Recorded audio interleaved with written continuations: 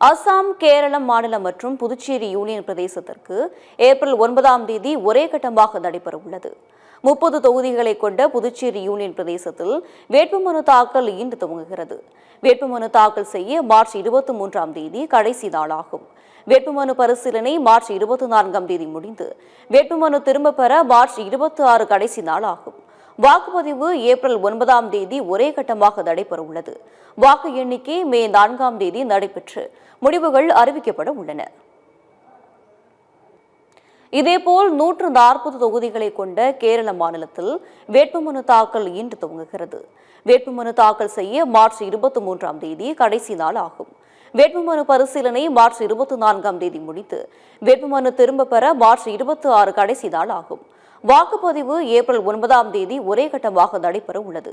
வாக்கு எண்ணிக்கை மே 4ஆம் தேதி நடைபெற்று முடிவுகள் அறிவிக்கப்பட உள்ளன. இதேபோல் 126 தொகுதிகளை கொண்ட அசாம் மாநிலத்தில் வேட்புமனு தாக்கல் இன்று துவங்குகிறது. வேட்புமனு தாக்கல் செய்ய மார்ச் 23ஆம் தேதி கடைசி நாள் ஆகும். வேட்புமனு பரிசீலனை மார்ச் 24ஆம் தேதி முடிந்து வேட்புமனு திரும்பப் பெற மார்ச் 26 கடைசி நாள் ஆகும். வாக்குப்பதிவு ஏப்ரல் 9ஆம் தேதி ஒரே கட்டமாக நடைபெற உள்ளது. வாக்கு எண்ணிக்கை மே 4ஆம் தேதி நடைபெற்று முடிவுகள் அறிவிக்கப்பட உள்ளன. மேற்கு வங்க மாநிலத்தில் 294 சட்டசபை தொகுதிகளுக்கு 2 கட்டங்களாக ஏப்ரல் 23 மற்றும் ஏப்ரல் 29ஆம் தேதி ஆகிய 2 நாட்களில் வாக்குப்பதிவு நடைபெறும் என்று அறிவிக்கப்பட்டுள்ளது.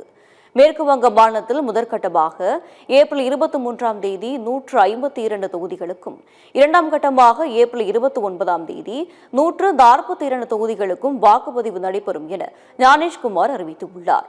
முதற்கட்ட வாக்குப்பதிவு நடைபெறும் 152 தொகுதிகளுக்கு ஏப்ரல் 23ஆம் தேதி வாக்குப்பதிவு நடைபெறவுள்ளது. வேட்புமனு தாக்கல் மார்ச் 30ஆம் தேதி துவங்குகிறது. ஏப்ரல் 6ஆம் தேதியுடன் வேட்புமனு தாக்கல் முடிகிறது. வேட்புமனுக்கள் ஏப்ரல் 7ஆம் தேதி பரிசீலனை செய்யப்படுகிறது. வேட்புமனுவை திரும்பப் பெற ஏப்ரல் 9ஆம் தேதி கடைசி நாள் ஆகும். மேற்கு வங்க மாநிலத்தில் 2ஆம் கட்டமாக ஏப்ரல் 29ஆம் தேதி 142 தொகுதிகளுக்கு வாக்குப்பதிவு நடைபெற உள்ளது. இதற்கான வேட்புமனு தாக்கல் ஏப்ரல் 2ஆம் தேதி துவங்குகிறது.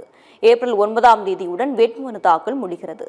வேட்புமனுக்கள் ஏப்ரல் 10ஆம் தேதி பரிசீலனை செய்யப்பட்டு வேட்புமனுவை திரும்பப் பெற ஏப்ரல் 13ஆம் தேதி கடைசி நாளாகும்.